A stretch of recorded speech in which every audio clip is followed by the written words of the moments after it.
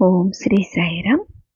కలియుగ అవతారి భగవాన్ శ్రీ శ్రీ శ్రీ సత్యసాయి బాబా వారి దివ్య చరణారవిందములకు హృదయపూర్వక నమస్సుమాంజలి సమర్పిస్తూ అందరికీ సాయిరామ్. శ్రీ సత్యసాయి ఆనందదాయి పుస్తక పఠనం తర్వాయి భాగం అండి. సాయంకాలం 7 గంటలకు స్వామి మా ఇంటికి విచ్చేశారు. మేడమెట్లు ఎక్కుతున్నప్పుడు ఎదురుగా మా పెద్ద కుమారుడు మురళి నిలబడి ఉన్నాడు. వాడిని చూసి, స్వామి, ఇదేమిటి కన్నమ్మ, నాకు రౌడీ దర్శనం అయింది కదా అన్నారు. నేను, లేదు స్వామి, మిమ్మల్ని చూస్తే ఇప్పుడిప్పుడు భయపడుతున్నాడు అన్నాను. భయపడుతున్నాడు అంటూ గదిలోకి వచ్చారు. అక్కడ బీరువా మీద పల్చని తగరంతో చేయబడిన షిరిడీ బాబా వారి గోటి చిత్రం ఉన్నది. దాన్ని తమ చేతిలోకి తీసుకొని చూసి, ఇదెక్కడిది అని అడిగారు. పూని గోపుగారు ఇచ్చినది స్వామి అన్నాం. దానినే కొంచెం సేపు పరిశీలించారు. తర్వాత గోడకు తగిలించి ఉండిన అద్దంలో తమ ముఖాన్ని చూసుకొని, నేను 8 వెళ్ళిపోవాలి అన్నారు. అట్లంటే ఎట్లా స్వామి అన్నాం. నేనింకా 3 ఇళ్లకు వెళ్ళాలి. సుందరమ్మ ఇంటికి, లీలమ్మ ఇంటికి 2-3 తూర్లు తిరగవలసి వచ్చింది. ఏం చేయాలి అన్నారు.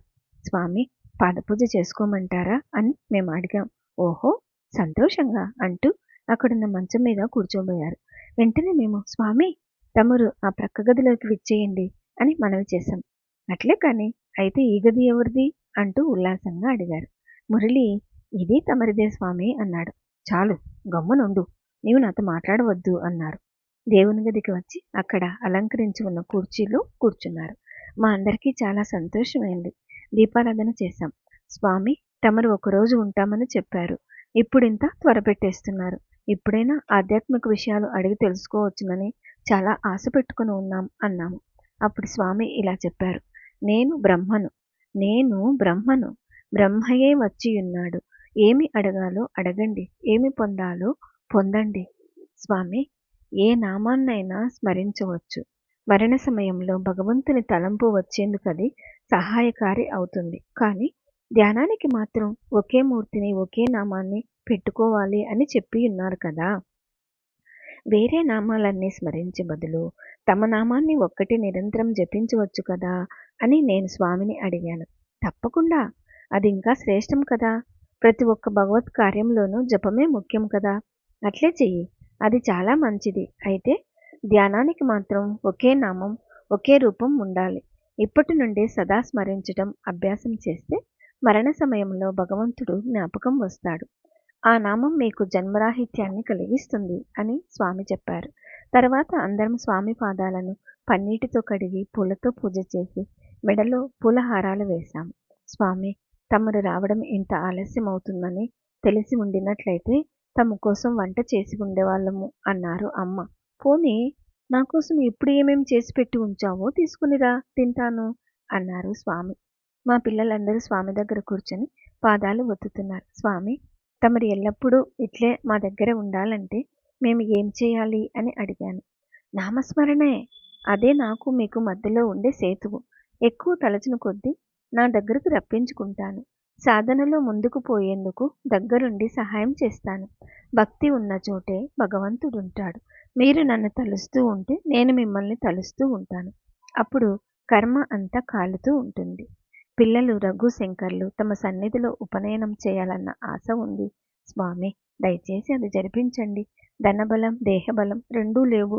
తమరే కోరికల గదిలో ఉపదేశం చేసేస్తే ధన్యులమైపోతాము అని ప్రార్థించాము. ఆహా, సంతోషంగా చెయ్యి.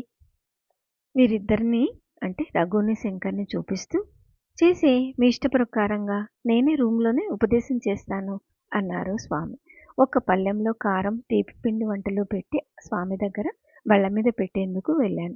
వద్దు వద్దు, చేత్తోనే పట్టుకో, నేను తీసుకుంటాను అని చెప్పి అన్ని కొద్ది కొద్దిగా తిన్నారు. పానీయం వేడిగా ఉండడం చేత కొంచెం చల్లార్చి ఇమ్మని నా చేతికిచ్చారు. చల్లార్చిస్తే త్రాగారు. స్వామి, తమరు మా మీద ఇంత ప్రేమ చూపించి వెళ్ళిపోతే మేమెట్లా ఉండగలం అన్నాను. సంతోషం, దుఃఖం మిళితమైన హృదయముతో. నేనెక్కడికి పోతున్నాను? మీ దగ్గరేగా ఉంటున్నాను. మీకు కనిపించడం లేదు అంతే. నేను భక్తుల్ని విడిచిపెట్టి ఉండలేను అన్నారు స్వచ్ఛమైన దరహాసంతో. పిల్లలకేసి చూసి, అన్నింటికీ మీ అమ్మని ఎందుకు అడుగుతారు? ఆమె ఇవ్వగలిగినంత తన అశాంతిలోని కొంత భాగం మాత్రమే. అన్నింటికీ నన్ను ప్రార్థించండి. మీకేది కావాలన్నా నేనిస్తాను అన్నారు స్వామి. దేవుని విగ్రహాలు, ఫోటోలు పెట్టి ఉంచిన చోటికి వెళ్ళి వంగి చూస్తూ, ఇతనికి పెద్ద పూసల దండ, మిగిలిన వారికి చిన్న పూసల దండలు అన్నారు. స్వామి, తమకు సరిపోగా మిగిలిన వారికి పూలు కూడా అన్నాము. స్వామి గట్టిగా నవ్వేశారు. ఆ నవ్వులోని మహార్థాలు తెలుసుకునే శక్తి మాకు లేకపోయింది. హారతిచ్చేటప్పుడు పావన పురుష పాట పాడమన్నారు.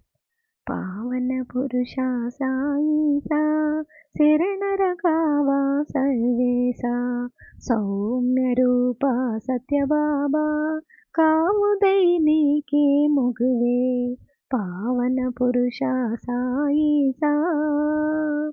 మేము పాడినంతసేపు తమ పాదంతో తాళం వేస్తూ అరమోడ్పు కనుదోయితో శ్రద్ధగా విన్నారు. తర్వాత అందరం పాద నమస్కారం చేసుకున్నాం. ఆ మీదట స్వామి రఘు, శంకర్ ఇద్దరి భుజాల మీద చేతులు వేసి దగ్గరికి తీసుకొని గదిలో నుండి వెలుపలికి వచ్చారు. క్రిందికి దిగి వచ్చి కారులో కూర్చొని వెళ్ళిపోయారు. స్వామి మాతో గడిపినంతసేపు ఎంతో సంతోషించాం. కానీ స్వామి వెళ్ళిపోగానే మా మనస్సులలో విషాద మేఘాలు వ్యాపించాయి. ఈ పాటను గురించి ఇక్కడ 2 మాటలు చెప్పాలి. హేమారెడ్డి మల్లమ్మ సినిమాలో ఆ రోజులలో ప్రఖ్యాత కన్నడ నటీమణి అయిన జయమ్మ శివుని పైన పావన పురుష మల్లేశ అనే పాట పాడారు. ఆ సినిమాలోని పాటలన్నీ కన్నడం పాటలు. జయమ్మ శ్రీ సత్యసాయిబాబా వారి దర్శనార్థమై పుట్టపర్తి వచ్చి పాత మందిరంలో శ్రీవారి దర్శనం చేసుకున్నప్పుడు ఆ పాటను స్వామి ముందు పాడారు. గానలోలులైన స్వామి ఆవిడను రోజు 2 పాటలు పాడమని వినేవారు. సుశ్రావ్యంగా భక్తిరసభరితంగా జయమ్మ పాడుతూ ఉంటే అందరూ తన్మయత్వంతో వినేవారు. ఆ పాటను హారతి పాటగా చేయమని ఒకసారి స్వామి శ్రీమతి సుందరమ్మ గారితో చెప్పారు. ఆవిడ హార్మోనియం వాయిస్తూ సుశ్రావ్యంగా భజనలు పాడి ఆ రోజులలో స్వామి మెప్పులను పొందుతూ ఉండేవారు. స్వామి చెప్పిన మీదట ఆ పాటలో కొన్ని మార్పులు చేసి ఆవిడ దానిని హారతి పాటగా రూపొందించారు. పాత మందిరం రోజులలో హారతి సమయంలో ఈ పాటనే పాడేవాళ్ళం. కొత్త మందిరం, ప్రశాంతి నిలయంలో కూడా కొంతకాలం దాకా హారతి పాటగా ఇదే పాడేవాళ్ళం. 1958 డిసెంబర్ 17వ తేదీన శ్రీ రామచంద్ర శెట్టి గారి ఇంటిలో భజన జరుగుతూ ఉంది. రాత్రి 9:30 ప్రాంతంలో స్వామి విచ్చేశారు. మంగళహారతి అయిన తర్వాత భక్తులు అందరూ భోజనాలు చేశారు. స్వామి భోజనం చేయడం అయ్యాక మా ఇంటికి విచ్చేయవలసిందని ప్రార్థించాను. లేదు, ఇప్పటికే అర్ధరాత్రి అయింది. నేను తెల్లవారుజామునే బయలుదేరిపోవాలి. నీవెందుకెలా హఠం చేస్తావు? నీ హృదయమే నా ఇల్లు. ఇంకా వేరే నాకు ఇల్లెందుకు? బెంగళూరులో ఎల్లుండి ఉత్సవం, ఊరేగింపు చేసేందుకు వాళ్ళు ఏర్పాట్లు చేసుకున్నారు అన్నారు స్వామి. స్వామి, ఇంటి దగ్గర పిల్లలు మీకోసం నిరీక్షిస్తున్నారు. వాళ్ళకు ఆశాభంగం కలుగుతుంది అన్నాను. రేపు ప్రొద్దున్నే 5 గంటలకు వచ్చి నన్ను చూడమని వాళ్ళతో చెప్పు అన్నారు స్వామి. 1959 జనవరి 11వ తేదీ సాయంకాలం స్వామి శ్రీ రామచంద్ర శెట్టి గారి ఇంటికి వచ్చారు. అప్పుడు అదృష్టవశాత్తు మా పిల్లలు అక్కడే ఉన్నారు. మరునాడు సుప్రభాత సమయంలో నేను, నా భర్త వెళ్ళి స్వామిని మా ఇంటికి రావాల్సిందిగా ప్రార్థించాం. స్వామి సమ్మతించలేదు.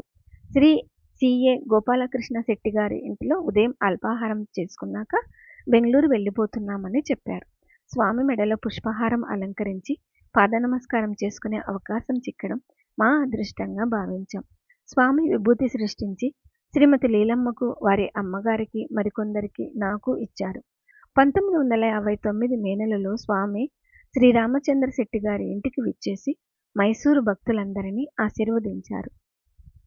1959 మే 30వ తేదీన శ్రీమతి లీలమ్మ గారి ఇంటిపైన పిడుగుపడి గోడలు చీలిపోయి కరెంటు తీగలన్నీ కాలిపోయాయి. ఆవిడ ఆ ఇంట్లో రోగంతో బాధపడుతున్న వృద్ధమాతతో కలిసి నివసించేవారు. ఆ రాత్రంతా వాళ్ళు భయభయంగా గడిపారు. మరునాడు లీలమ్మ గారు మా ఇంటికి పరిగెత్తుకుని వచ్చారు. జరిగిందంతా మాకు చెప్పారు. స్వామి దర్శనం చేసుకొనిదే తనకు సమాధానం కలిగేటట్లు లేదని, కనుక తక్షణం తన వెంట బెంగళూరుకు రావాల్సిందని తొందర చేశారు. జరిగిన దానికి మేము చాలా బాధపడ్డాం. ఆమెతో కలిసి నేను, మా చెల్లెలు రాధ బెంగళూరు వెళ్ళాం. అప్పుడు స్వామి చార్టెడ్ అకౌంటెంట్ శ్రీ వెంకటరామన్ గారి ఇంటిలో ఉన్నారు. ఉదయం సుమారు 8 గంటల వేళకు మేము అక్కడికి చేరుకున్నాం. మేము వెళ్ళేసరికి దర్శనం ముగిసింది. అక్కడ చేరిన వారందరికీ దర్శనం ఇచ్చేసి స్వామి మేడ మీదకి వెళ్ళిపోయారట. ప్రాణం ఉసూరుమంది. చాలా నిరాశపడ్డాం. కొంతసేపటికి ఆ ఇంటివారు మా దగ్గరికి వచ్చి, అమ్మా కూర్చోండి. స్వామి మమ్మల్ని పిలిచి, 3 స్త్రీలు వచ్చి కింద వేచి ఉన్నారు, వారిని కూర్చోమని చెప్పండి, నేను వెళ్ళి వారిని చూస్తాను అని చెప్పి పంపించారు అని చెప్పారు. మాకెంతో సంతోషమైంది. కొద్ది నిమిషాలకి స్వామి చిరునవ్వు నవ్వుతూ మా ఎదుట ప్రత్యక్షమయ్యారు. మా ముగ్గురిని అక్కడున్న ఒక చిన్న గదిలోనికి తీసుకుని వెళ్ళారు. అందరి యోగక్షేమాలు విచారించారు. లీలమ్మ గారికి దుఃఖం ఆగలేదు. స్వామి పాదాల పైన ఏడ్చేశారు. స్వామి, గడిచిన రాత్రి ఆ ప్రమాదం నుండి తమరు మమ్మల్ని కాపాడారు, లేకుంటే మా గతి ఏమయ్యుండేదో అంటూ విలపించారు. వాత్సల్యభరితమైన మృదుస్వరంతో స్వామి ఆవిడను ఓదార్చారు. అమ్మాయి, మిమ్మల్ని రక్షించేవారు నేను కాక ఇంకెవరున్నారు? నేనుండగా భయమెందుకు? ఎల్లప్పుడూ మీతోనే ఉండి మిమ్మల్ని రక్షిస్తుంటాను అన్నారు. అవును, మానవ మాత్రులెవరూ ఎవరిని రక్షించగలరు? ఒక్క భగవంతుడు తప్ప. ఆ మీదట రాధమ్మ విషయాలు అడిగి ఆమెను సమాధానపరిచారు. అదేమి, కన్నమ్మకు మాత్రమే మగపిల్లలు, నీకొక మగపిల్లవాడొద్దా అన్నారు నవ్వుతూ. ఆ మాట ఏదో హాస్యానికి అన్నట్లు అనిపించినా రాధమ్మ మనస్సుకి కావాలి అనిపించేటట్లు ఆశీర్వాదమైంది. మా పిల్లల గురించి, వాళ్ళ చదువుల గురించి అడిగారు. ముగ్గురం స్వామి పాదాలకు మొక్కుకున్నాం. విభూది సృష్టించి నుదుట పెట్టి మా ముగ్గురి తలల మీద అభయహస్తాన్నుంచి ఆశీర్వదించి పంపించి వేశారు. ఇక్కడ శ్రీమతి లీలమ్మను గురించి కొంచెం పరిచయం చేయడం అప్రస్తుతం కాదనుకుంటాను. ఆవిడ మైసూరు రాజభవనంలో సీనియర్ ఆఫీసర్ అయిన శ్రీ వెంకట్రావు గారి కుమార్తె. శారీరకమైన వైకల్యాన్ని, అనారోగ్యాన్ని లెక్క చేయకుండా మైసూరులో శ్రీ సత్యసాయి సేవా సమితి ఆధ్యాత్మిక విద్యా విభాగాల కోఆర్డినేటర్గా పనిచేసేవారు. భగవాన్ శ్రీ సత్యసాయి బాబా వారి పట్ల వీరికి ప్రగాఢమైన భక్తి విశ్వాసాలు. శాస్త్రీయమైన కర్ణాటక, హిందుస్థానీ సంగీతాలలో శిక్షణ పొందారు. బాగా పాడేవారు. పుట్టపర్తిలో తరచుగా భజనలు లీడ్ చేసేవారు. పాత మందిరంలో తల్లి, సోదరుడు మొదలైన వారితో కలిసి ఉండే రోజుల్లో స్వామి ఆవిడను తరచుగా పాడమనేవారు. తాను స్వామి ముందు పాడినవి, స్వామికి చాలా ఇష్టమైనవి అయిన పాటలను ఆవిడ తన డైరీలో రాసిపెట్టుకున్నారు. అవి తెలుగు, కన్నడం, హిందీ పాటలు, త్యాగరాజు కృతులు కూడా పాడేవారు. కొన్ని పాటలను స్వామి ఆవిడ చేత మళ్ళీ మళ్ళీ పాడించుకొని వినేవారు. ముఖ్యంగా రారాయని పిలిచితే అన్నది నాదబ్రహ్మోపాసకుడైన త్యాగరాజస్వామి తనను కీర్తిస్తూ గానం చేసిన కృతులను శ్రీ సత్యసాయి అవతారంలో శ్రీరామచంద్రుడు వినుగోరినాడేమో. గానలోలురైన స్వామి ముందు గానం చేసి ధన్యులైన నాదోపాసకులు ఎందరెందరో. వారిలో శ్రీమతి లీలమ్మ గారు కూడా ఒక్కటి. వస్త్రధారణ విషయంలో ఆవిడ ప్రత్యేకమైన శ్రద్ధ తీసుకునేవారు. ఆ విషయంలో ఆవిడకు ఉండే ఆసక్తి చేతనే కాబోలు ఆ రోజులలో స్వామి ధరించే వస్త్రాలను సవివరంగా పరిశీలించి అభినందించగలిగేవారు. మామూలుగా చూసే వాళ్ళ దృష్టికి అవి కనిపించవు. స్వామి ధరించే పంచెలు, నిలువంగీల యొక్క రంగుల నాణ్యతను గురించి ఆవిడ 1948-54 సంవత్సరాల నడుమ తన డైరీలో రాసుకున్నంత వివరంగా వేరే ఎక్కడ మేము చదివి ఉండలేదు. ఆ డైరీని ఆవిడ సోదరుడు గోపు మాకు ఇచ్చాడు. నీలం, ఊదా, గులాబీ, నలుపు, ఆకుపచ్చ, చిలుకాకుపచ్చ, కెంపు, బూడిద వర్ణం మొదలైన రంగుల దుస్తులు, కొన్ని ప్రత్యేక సమయాలలో వెండి, బంగారు, జరీ అంచుల దుస్తులు భక్తులు ప్రేమతో స్వామికి బహుకరించి అవి ధరించవలసిందిగా ప్రార్థించి ధరింపు చేసేవారని ఆ డైరీలో ఆవిడ రాసుకున్నారు. స్వామి పట్ల ఆవిడకు గల భక్తి ప్రపత్తులు ఆ డైరీ ద్వారా వ్యక్తమవుతాయి. ఎల్లప్పుడూ స్వామి సన్నిధిలో ఉండాలని ఆవిడ పరితపించేవారు. రోజుకు కొన్ని గంటల దర్శనం, కనీసం 3 పాద నమస్కారాలతో ఆవిడ తృప్తిపడేవారు కాదు. స్వామి ప్రయాణంలో అలసి వస్తున్నప్పుడు కానీ, ఏదైనా పెండ్లి కోసం గ్రామాంతరానికో, స్థలం రిజిస్ట్రేషన్ కోసం బుక్కపట్నానికో పోయి వస్తున్నప్పుడు కానీ స్వామి కోసం ఆవిడ దారిలో కాచుకొని ఉండేవారు. ఎండలో నడిచి వస్తూ స్వామి చాలా అలసిపోయి ఉన్నారని ఆవిడ గమనించినప్పటికీ అటువంటప్పుడు కూడా స్వామి పాదాలపైన పడాలన్న ఆశను ఆవిడ అరికట్టుకోలేకపోయేవారు. చాలాసార్లు స్వామి ఆవిడను తీవ్రంగా గద్దించేవారు. తేలు అని కూడా అనేవారు. కానీ కొంతకాలానికి ఆ తిట్లే దీవెనలుగా పరిణమించాయి. మొదట్లో చూపిన అసంతుష్టికి పరిహారంగా స్వామి తర్వాత అమితమైన దయ చూపించడం ప్రారంభించారు. దర్శనం, పాద నమస్కారాలు, సంభాషణలతో ఆవిడను సంతృప్తిపరిచేవారు. ఒకసారి పాదపూజ సమయంలో తాము కూర్చున్న కుర్చీలో వేసిన కొత్త టవల్ను స్వామి ఆవిడకు జాగ్రత్తగా అందజేశారు. ఒకసారి స్వామి నుదుట 2 విభూది రేఖలను ఆవిడ చూశారు. మరోసారి నామాలు చూశారు. అప్పుడు ఆవిడ శ్రీకృష్ణునిలాగా ఉన్నారని ఆవిడ డైరీలో రాసుకున్నారు. ఇక్కడ మనకి జానకి స్లాప్ అనుభవం ఒకటి జ్ఞాపకం వస్తుంది. ఒకసారి స్వామి తనకు శ్రీకృష్ణునిగా దర్శనమిచ్చినట్టు, తాను ఆశ్చర్యపోయినట్టు ఆయన మై బాబా అండ్ ఐ అన్న తన పుస్తకంలో వ్రాసుకున్నారు. శ్రీమతి లీలమ్మ గారు తమ జీవితాన్ని స్వామి సేవలో సార్థకం చేసుకుని 1983 జూలై 17వ తేదీన తమ ఇష్టదైవమైన స్వామి పాదపద్మాలలో చేరిపోయారు. ఓం శ్రీ సాయిరాం. తరువాయి భాగం వచ్చే వారం విందామండి. జై బోలో భగవాన్ శ్రీ సత్య సాయి బాబాజీకి జై. సమస్త లోకాః సుఖినో భవంతు. ఓం శాంతి శాంతి శాంతి. అందరికీ సాయిరాం.